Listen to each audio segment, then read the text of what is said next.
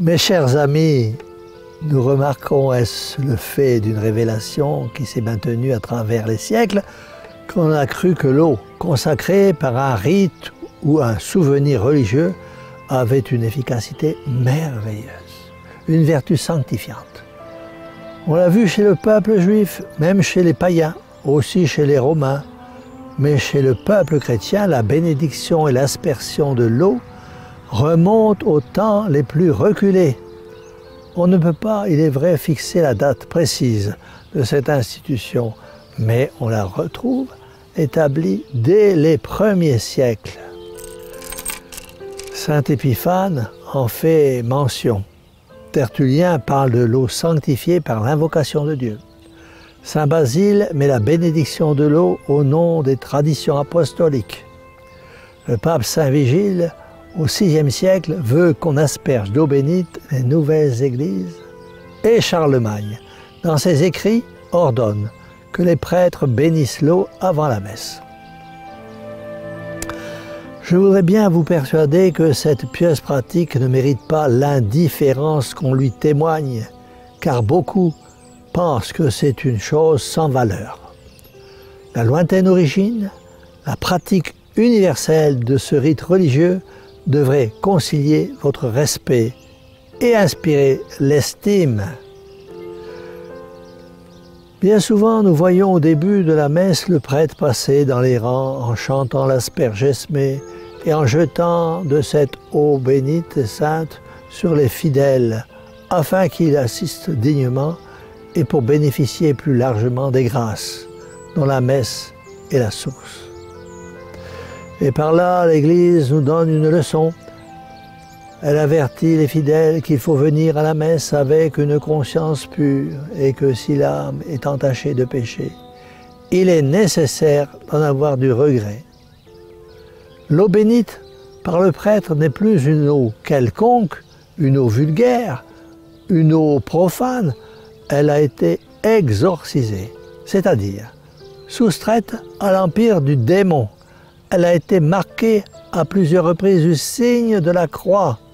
Elle a été sanctifiée par l'invocation du nom de Dieu et par une application spéciale des mérites de Jésus-Christ.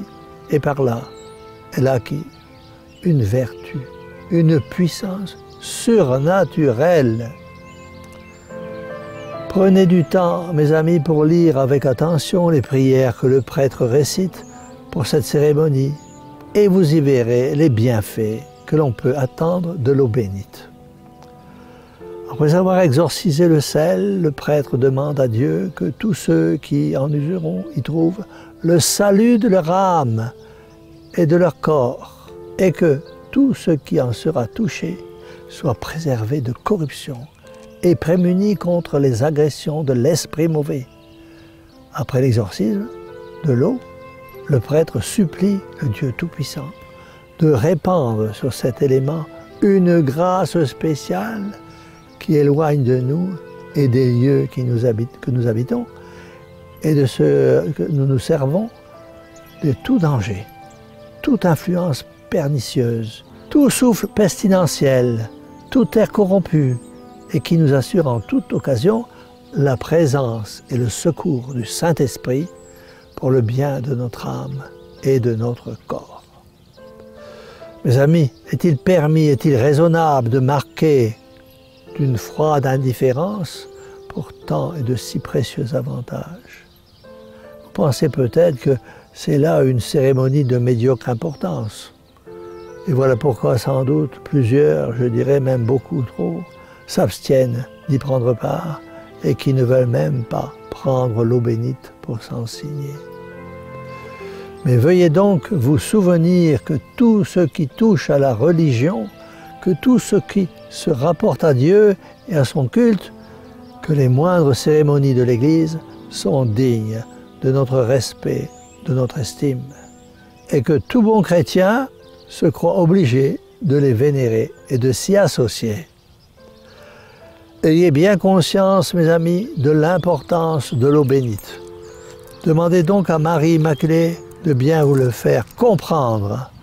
Prenez la résolution au lever comme au coucher de prendre un peu d'eau bénite et de faire votre signe de croix, de répandre un peu d'eau bénite dans votre maison, dans votre propriété, pour demander au bon Dieu sa douce protection.